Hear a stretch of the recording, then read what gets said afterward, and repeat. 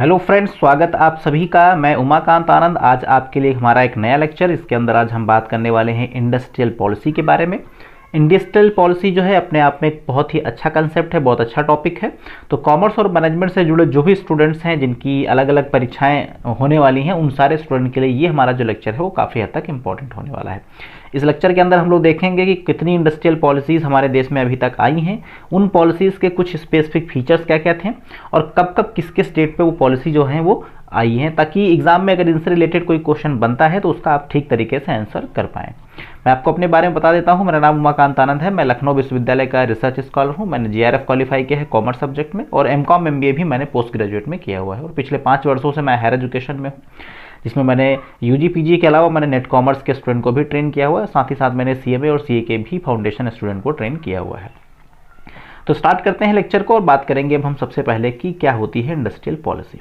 अगर हम industrial policies को समझें तो इंडस्ट्रियल पॉलिसी अपने आप में क्या है कि इंडस्ट्रियल पॉलिसी अपने आप में क्या है कि एक सेट ऑफ डॉक्यूमेंट्स है। यानी एक डॉक्यूमेंट का क्या है, एक सेट है जिसका बेसिकली काम क्या है, जिसका काम यह है कि एक देश के अंदर जो भी इंडस्ट्रीज़ हैं उन इंडस्ट्रीज़ के अंदर उनको उन जो भी रूल्स रेगुलेशन सेट करना, उसको इम्प्लीमेंट कराना, उन्हें प्रमोट करना और प्रॉपर तरीके से उन्हें रेगुलेट करना, ताकि गवर्नमेंट जो है वो जो देश के लिए इंडस्ट्रियलाइजेशन को ग्रोथ करने की जो उसके प्रयासेस हैं वो प्रयास प्रॉपर तरीके से सक्सेसफुल हो पाए। यानी कहीं ना कहीं आप कह सकते हैं कि industrial policy is a document that set the tone in implementing, promoting and regulating roles of the government. यानी जो गवर्नमेंट का एक रोल है पूरी इंडस्ट्रीज को रेगुलेट करने में, उस रोल को प्रॉपर तरीके से प्ले करने वाली कुछ नॉर्म्स बनाए गए हैं, वो नॉर्म्स को हम क्या बोलते हैं, industrial policy. It was an effort to expand the industrialisation. अब इस जो इंडस्ट्रियल पॉलिसी है इसका क्या रीज़न है? इसका रीज़न ये है कि देश के अंदर जो इंडस्ट्रियलाइजेशन है, जो देश के अंदर औद्योगिकीकरण है, उसे क्या किया जाए, ग्रोथ किया जाए, उसे एक्सपैंड किया जाए, मतलब बड़ा किया जाए।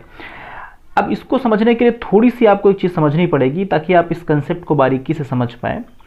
देखिए, अगर हम लोग बात करें सबसे पहले तो जब देश आज़ाद हुआ, यानी कि अगर हम बात करें 1947 की, तो 1947 में जब देश आज़ाद हुआ तो देश के लिए सबसे बड़ी जो प्रॉब्लम थी वो ये प्रॉब्लम थी कि देश की जो बेसिक ज़रूरतें थी, जो बेसिक नीड्स थी, वो बेसिक नीड्स की भी हमारे पास जो अवेलेबिलिटी थी वो उतनी नहीं थी जितनी कि हमें चाहिए थी। तो कहीं ना कहीं उन बेसिक नीड्स को पूरा करने के लिए और देश को ग्रोथ की तरफ ले जाने के लिए ज़रूरी था कि इंडस्ट्री सेक्टर जो है, यानी कि 2 सेक्टर, एक तो आपका जो एग्रीकल्चर है, जो कि कंट्री सबसे ज़्यादा डिपेंडेंट उस टाइम एग्रीकल्चर पे ही थी, तो एग्रीकल्चर और प्लस इंडस्ट्री, इन दोनों को डेवलप करना गवर्नमेंट के लिए अपने आप में एक बड़ा चैलेंज था। तो इसीलिए फोकस किया गया कि इंडस्ट्रियलाइजेशन जो है इसे थोड़ा बढ़ावा दिया जाए, क्योंकि जब इसे बढ़ावा दिया जाएगा तो ये जॉब की अपॉर्चुनिटीज़ क्रिएट करेगी, जिससे लोगों को रोज़गार मिलेगा और जब लोगों को एम्प्लॉयमेंट मिलेगा तो धीरे धीरे करके देश जो है वो विकास के रास्ते पर बढ़ना स्टार्ट करेगा। तो कुछ इस तरीके से एक थीम रही जिसके पीछे इंडस्ट्रियलाइजेशन को ग्रोथ कराना।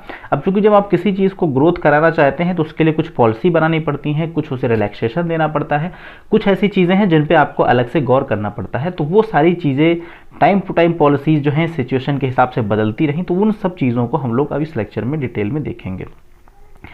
तो अगर बात करें तो इंडस्ट्रियल पॉलिसी अपने आप में क्या था, यानी इंडस्ट्रियलाइजेशन को एक्सपैंड करना था and uplift the economic to its deserved height.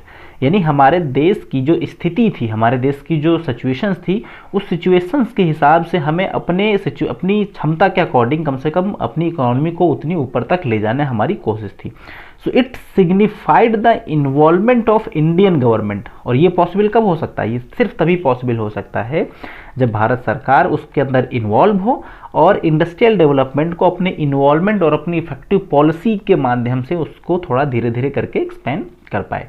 तो यानी इंडस्ट्रियल पॉलिसी अपने आप में क्या है कि रूल्स एंड रेगुलेशंस का एक सेट ऑफ डॉक्यूमेंट्स है जो इसलिए डिज़ाइन किया गया ताकि देश जो है, देश की जो इकोनॉमिक स्थिति है वो उस लेवल की या उस सिचुएशंस तक पहुंच पाए जिसके लिए देश डिज़र्व करता है। यानी स्थिति 1947 में जितनी खराब थी, एक्चुअली वो उतनी उससे बेहतर हमारी स्थिति थी, लेकिन स्थिति बहुत ज़्यादा खराब दिख रही थी, तो उसको इम्प्रूव करके एक डिज़र्व लेवल तक पहुँचाना एक कोशिश थी गवर्नमेंट ऑफ इंडिया की।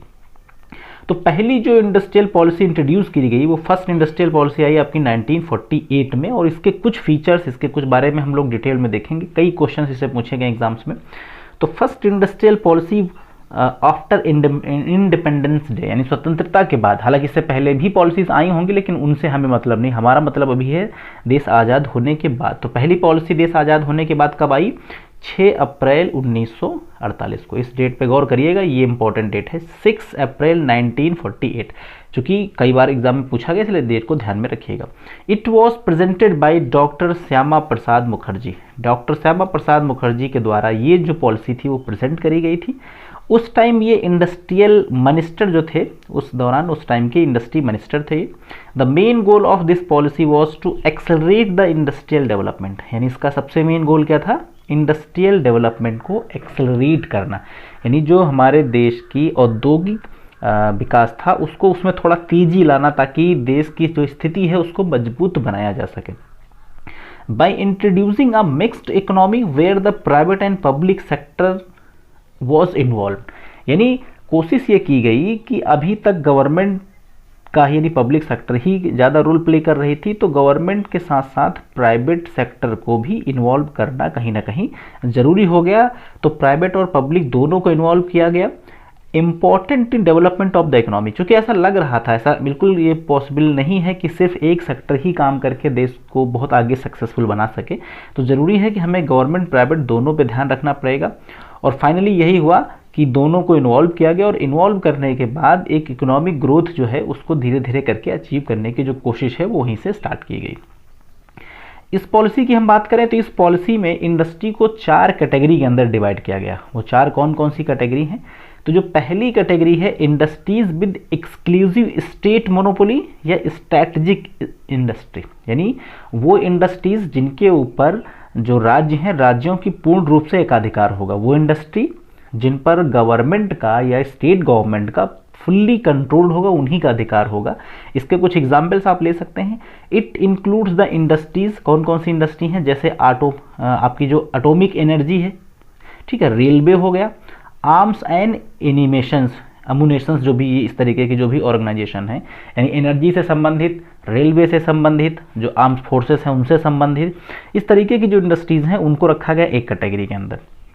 दूसरी कैटेगरी बनाई गई इंडस्ट्री विद गवर्नमेंट कंट्रोल, कुछ ऐसी इंडस्ट्री जो कि गवर्नमेंट के कंट्रोल के अंदर है, जैसे कि this category includes industries of national importance, जो राष्ट्रीय स्तर की, वो स्टेट गवर्नमेंट के लिए थी, यानी ये जो थी वो स्टेट गवर्नमेंट के फोकस था, ये जो थी वो केंद्रीय सरकार के मतलब जरूरी थी। जैसे कि 18 such on categories are mentions in this category, यानी कि 18 सब कैटेगरी इसके अंदर रखी गई जो कि देश की सुरक्षा या देश की अहम ज़रूरतों के लिए सबसे इम्पोर्टेंट थी। जैसे कि इसके लिए फर्टिलाइज़र हो गए, इसमें आपकी हैवी मशीनरीज हो गई, डिफेंस इक्विपमेंट हो गए, हैवी केमिकल्स हो गए। तो इस तरीके की कुछ इंडस्ट्रीज़ जो हैं वो सेकंड कैटेगरी के अंदर रखी गई। इसकी जो तीसरी कैटेगरी है उसके अंदर है इंडस्ट्रीज़ विद मिक्स्ड सेक्टर, कुछ ऐसी जो कि मिक्स सेक्टर यानी कि पब्लिक प्लस प्राइवेट दोनों साथ में मिलकर काम करेंगे। जैसे this category includes industries were allowed to operate independently private and public, यानी ये दोनों सेक्टर को इन्वॉल्व करने वाली कंपनी या industries. The government was allowed to review situations to acquire the existing private undertaking, कोशिश ये करी जा रही थी कि जो मतलब प्राइवेट सेक्टर के अंदर जो एग्जिस्टिंग फर्म्स थी उनको भी ग्रोथ किया जाए और वो साथ में मिलकर इंडस्ट्री को बूस्टअप कर सके। और चौथी कैटेगरी थी, उसके अंदर थी प्राइवेट सेक्टर की कुछ इंडस्ट्रीज, यानी industries which were not mention in the above category fall in the, जो कि उससे ऊपर आप समझ सकते हैं कि जो 3 कैटेगरी बताई गई उनके अंदर जो मेंशंस नहीं है वो सारी इंडस्ट्री आपकी प्राइवेट सेक्टर के अंदर आती हैं। इसको बेसिक बनाने की कोशिश की इसलिए करी गई कि जो स्मॉल बिजनेसेस हैं आपके या जो स्मॉल इंडस्ट्रीज़ हैं वो धीरे धीरे करके ग्रोथ कर सकें, जो लोकल रिसोर्सेस हैं या लोकल यानी जो ग्रामीण स्तर पर या जो प्राइमरी सेक्टर के जो रिसोर्सेस हैं उनका यूटिलाइजेशन हो सके, ताकि एक जो ग्रोथ है वो एक सिस्टमेटिक तरीके से ग्रोथ किया जा सके। तो पहली जो इंडस्ट्रियल पॉलिसी आई उसने 4 कैटेगरी बनाई इंडस्ट्री की, जो कि हमने अभी आपको दिखाई कि 4 वो कौन कौन सी कैटेगरी थी। पहली थी इंडस्ट्री विद स्टेट के कंट्रोल में, एक आपके सेंट्रल कंट्रोल में, एक आपकी मिक्स्ड और एक आपकी प्राइवेट की। तो ये आप ध्यान में रखिएगा। नेक्स्ट हम बात करेंगे सेकंड पॉलिसी आई थी 1956 में, यानी इंडस्ट्रियल पॉलिसी रेजोल्यूशन 1956। तो ये क्या बताती है? This second industrial policy was announced on 20 अप्रैल 1956, यानी 20 अप्रैल 1956 को ये जो इंडस्ट्रियल पॉलिसी है ये क्या की गई? इंट्रोड्यूस की गई। और जब ये इंट्रोड्यूस की गई तो जो 1948 की जिसकी बात अभी हम कर रहे थे वो रिप्लेस हो गई, यानी उसको रिप्लेस करके 1956 की पॉलिसी लाई गई। इसके अंदर क्या हुआ? एक न्यू क्लासिफिकेशन हुआ इंडस्ट्री का। जो इंडस्ट्री का क्लासिफिकेशन पहली पॉलिसी में हुआ उसका दोबारा फिर से नया क्लासिफिकेशन किया गया। Non discriminatory and fair treatment for private sector, यानी कि जो प्राइवेट सेक्टर है उसको भी एक अच्छी नज़र से देखा गया, उसके लिए भी कुछ ऐसी चीज़ें हैं जो कि बनाई गई ताकि प्राइवेट सेक्टर को भी अच्छा ग्रोथ कराया जा सके। And promotion of village and small scale industries, यानी जो ग्रामीण स्तर पर और जो स्मॉल स्केल इंडस्ट्रीज़ हैं उनको भी प्रमोट किया जाए, क्योंकि वो भी अपने आप में एम्प्लॉयमेंट और प्रोडक्शन के लिए में एक बहुत बड़ा रोल प्ले करती हैं, तो उनको भी बढ़ावा दिया गया जो आपकी इंडस्ट्रियल पॉलिसी 1956 के अंदर। जिसका नेक्स्ट फीचर है आपका to achieve the development by removing regional disparity. जो रीजनल डिस्पैरिटी थी, रीजनल डिस्पैरिटी का मतलब ये है कि जैसे एक स्टेट है वो किसी एक चीज़ में संपन्न है या एक चीज़ की प्रोडक्शन बहुत अच्छा कर सकता है, इसको आप थोड़ा डिटेल में देख लें एक बार तो ये चीज़ आपके लिए और बेहतर हो पाएगी। जैसे एग्जांपल के लिए मान लीजिए कि सपोज दैट रीजनल डिस्पैरिटी अगर आप समझें तो इसका मतलब यहाँ पर ये है, जैसे कि मान लीजिए कि एक कोई स्टेट है, सपोज दैट मान लीजिए हम यूपी की बात कर लेते हैं, और एक है मान लो यहाँ पे मुंबई। तो ये जो दो स्टेट हैं, यूपी किसी पार्टिकुलर चीज़ के अंदर बहुत संपन्न होगा, उस चीज़ का प्रोडक्शन बहुत अच्छा कर सकता है। दूसरी जो चीज़ होगी वो किसी दूसरे में प्रोडक्शन कैपेबिलिटी इनकी बहुत अच्छी होगी। तो जो रीजनल डिस्पैरिटी है, इनके पास इस चीज़ की कमी है, इनके पास इस चीज़ की कमी है, तो इस तरीके की जो भेदभाव है, इस तरीके की जो समस्याएं, उनको भी दूर करने की कोशिश की गई कि यानी कहीं ना कहीं अगर इनके पास किसी चीज़ का प्रोडक्शन ज़्यादा है तो वो इनको अवेलेबल कराएंगे, और इनके पास प्रोडक्शन ज़्यादा है तो इनको अवेलेबल कराएंगे, यानी कि जो एक यूनिटी वाली जो भावना है वो फीलिंग यहाँ पे क्रिएट की गई। तो ज़रूरी था ये, ताकि तभी एक बेहतर तरीके से ग्रोथ को जो है आसानी से तभी पाया जा सकता था जब इन सब चीज़ों पर काम किया जाता। अदरवाइज पॉसिबिलिटी बिल्कुल भी नहीं थी कि हम इस तरीके से देश को ग्रोथ के रास्ते पर ला पाते। नेक्स्ट अगर आप बात करें तो लेबर वेलफेयर, फिर कोशिश ये भी की गई कि जो लेबर्स हैं उनके वेलफेयर के लिए स्कीमें बनाई जाएं, लेबर्स का भी जो ग्रोथ है वो किया जाए, क्योंकि लेबर्स के बिना ग्रोथ के भी देश का डेवलपमेंट पॉसिबल नहीं था। अब हम बढ़ेंगे इसकी नेक्स्ट पॉलिसी से पहले एक चीज़ भी और इसमें देख लेते हैं। इसके अंदर क्या किया गया, जो IRDA है, IRDA यानी कि इंश्योरेंस रेगुलेटरी डेवलपमेंट अथॉरिटी, इसने जो इसको है इसको 3 सेक्टर के अंदर डिवाइड किया गया। एक schedule A industry, schedule B industry और शेड्यूल C इंडस्ट्री। तो किसके अंदर क्या है एक बार इसको आप थोड़ा सा देख लें। उतना ज़्यादा अहम डायरेक्टली इससे कई कम क्वेश्चन पूछे जाते हैं, बट फिर भी आपके लिए इंपॉर्टेंट है, आप थोड़ा सा इसको बिल्कुल समझ लें, क्योंकि अब सब कुछ देखा ही जा रहा है तो इसको क्यों स्किप किया जाए। The industries that were under monopoly of the state government, it included 7 industries, यानी कि जो पहले से अभी गवर्नमेंट के अंदर थी, स्टेट गवर्नमेंट के अंदर 7 इंडस्ट्रीज और इंक्लूड करी गई। The private sector was introduce in industry if national interest required, कहा गया कि एक प्राइवेट सेक्टर को भी इसके अंदर इंक्लूड किया जा सकता है अगर वो इंडस्ट्री देश के उन कार्यों के लिए काम कर रही है जो कि जरूरी है, नेशनल इंटरेस्ट के लिए जरूरी है। बी के अंदर वो कैटेगरी की इंडस्ट्री आ गई। The state was allowed to establish new unit but private sector was not denied to set up the expand existing unit, यानी कि इसके अंदर नई इंडस्ट्री जो है वो लगाने के लिए कहा गया और प्राइवेट सेक्टर को भी मना नहीं किया गया, वो भी अपनी एग्जिस्टिंग यूनिट को क्या कर सकते हैं, उसे एक्सपैंड कर सकते हैं। जैसे केमिकल हो गई, आपकी फर्टिलाइजर हो गई, रबड़ हो गई, एल्युमिनियम हो गई, तो इनको भी कहीं ना कहीं प्रमोट करने की कोशिश की गई। और जो सी आपका क्लासिफिकेशन है उसमें है, so industries were not a part of the above mentions industries, यानी जो AB के अंदर नहीं मेंशन है उनको C पार्ट के अंदर रखा गया। तो ये क्लासिफिकेशन था आपका 1956 का। अब हम आगे बढ़ें तो इसकी बात करेंगे 1973 की। तो जो आपके इंडस्ट्रियल पॉलिसी स्टेटमेंट है 1973, वो क्या बताता है, Indian policy statement 1973 identified high priority industries with investment from large industrial houses. कहा गया कि जो बड़े इंडस्ट्रियल हाउसेस हैं जिनके पास ज़्यादा बड़ी मात्रा में कैपिटल है उनको प्रमोट किया गया, उनको थोड़ा सहूलियत दी गई या उन्हें आगे बढ़ावा दिया गया। And foreign companies were permitted, और इसके अंदर जो विदेशी कंपनियां हैं उनको भी परमिशन दी गई। देखिए, जब बात करी जाती है देश के ग्रोथ की तो सबसे पहले देखा जाता है कि जो कौन कौन से इंडस्ट्रियलिस्ट हैं एक देश के अंदर जो देश में बड़ा कंट्रीब्यूशन करते हैं। तो उस टाइम के जो बड़े बिजनेस हाउसेस थे उनको उसमें मौका दिया गया और विदेशी कंपनियों को भी मौका दिया गया कि वो देश के अंदर इन्वेस्टमेंट करें। Large industries were permitted to start operation in rural and backward areas, यानी जो पिछड़े एरियाज थे, जो बिल्कुल पिछड़े एरियाज थे, उनमें भी परमिशन दी गई कि आप अपने बिजनेस को सेटअप करें, वहाँ पे बिजनेस को चलाएं, ताकि जब आप चलाएंगे तो वो जो एरियाज हैं वो डेवलप होंगे और उससे स्मॉल स्केल इंडस्ट्री जो है वो धीरे धीरे करके डेवलप होना स्टार्ट हो जाएंगी। इसके अंदर भी कुछ खास इसके फीचर्स हैं, उनको एक बार हम लोग देख लेते हैं। इसका जो पहला फीचर है, the policy was directed towards removing the distortions. वो कौन कौन से डिस्टॉर्शंस थे? एग्रीकल्चर और इंडस्ट्रियल सेक्टर के बीच का जो गैप था, एक जो उसके बीच के जो गैप था उसको ख़त्म करने की कोशिश की गई कि जब कोई इंडस्ट्री लोकल एरिया के अंदर इस्टेब्लिश की जाएगी तो ऑब्वियसली ये वो एग्रीकल्चर से ही अपना रॉ मटेरियल ईजिली खरीद पाएंगे और आसानी से वो अपने प्रोडक्शन कर पाएंगे, तो जो ग्रोथ है वो और अचीव किया जा सकता है। तो एक तो ये कोशिश थी। नेक्स्ट थी, priority was given towards generation and transmission of power, यानी जो पावर जनरेशन की प्रॉब्लम थी, पावर जनरेशन का भी काम कहीं ना कहीं इस सेक्टर के अंदर, इस पॉलिसी के अंदर इस पे भी बढ़ावा दिया गया। The list of industries deserve for small scale sector was expanded, यानी कि जो स्मॉल स्केल सेक्टर की लिस्ट थी उसमें कुछ बढ़ोतरी करी गई, कुछ इसमें इंडस्ट्रीज जो कि पहले शामिल नहीं थी उनको भी आगे बढ़ाया गया।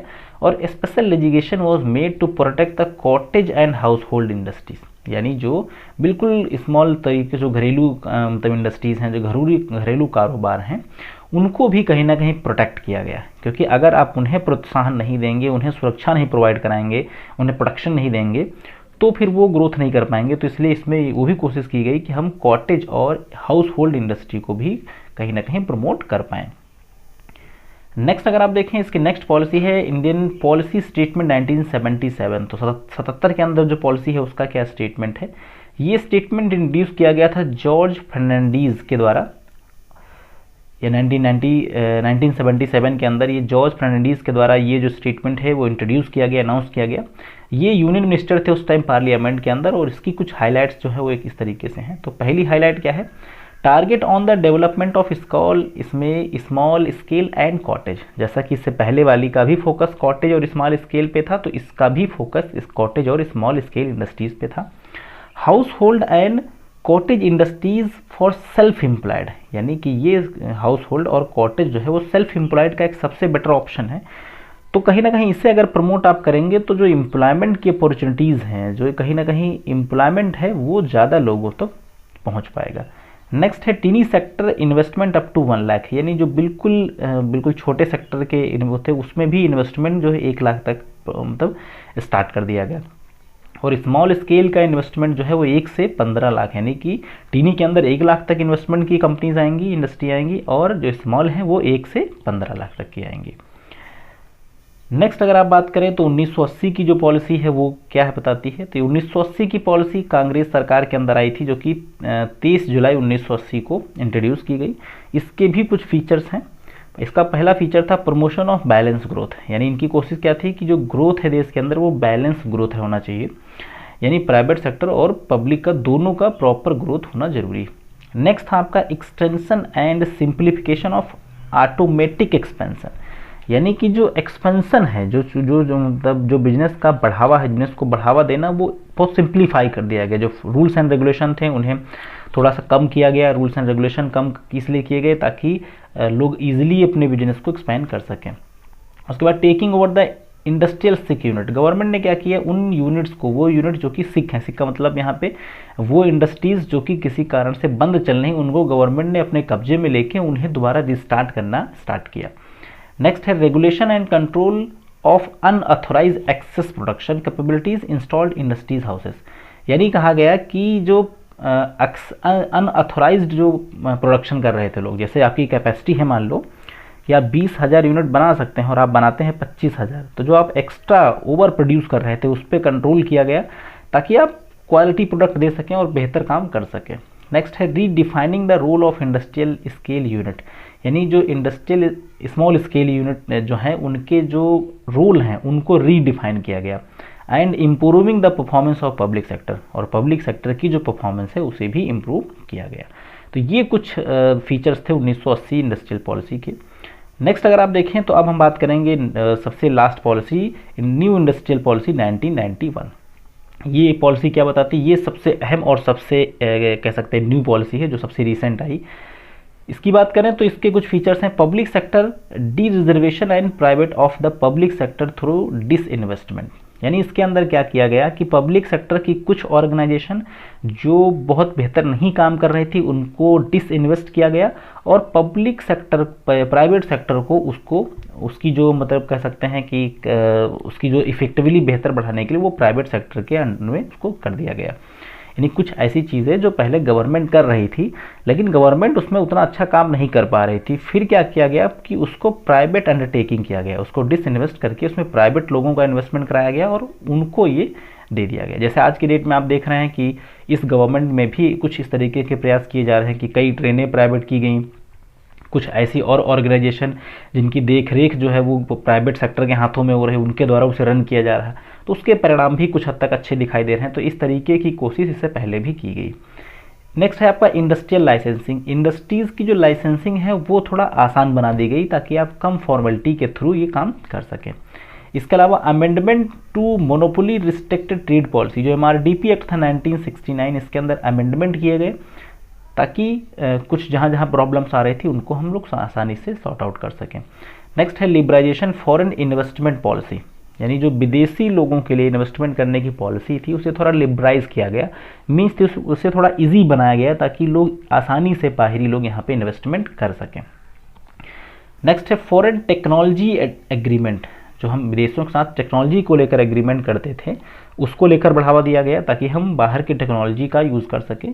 और नेक्स्ट है आपका dilution of protection of SSI and emphasis on competitiveness enhancement, कोशिश की गई स्मॉल स्केल इंडस्ट्री के अंदर जो कंपटीशन है वो क्रिएट की जाए ताकि प्रोडक्टिविटी बढ़े और क्वालिटी वाले जो प्रोडक्ट्स हैं वो पब्लिक को मिलना स्टार्ट हो जाए।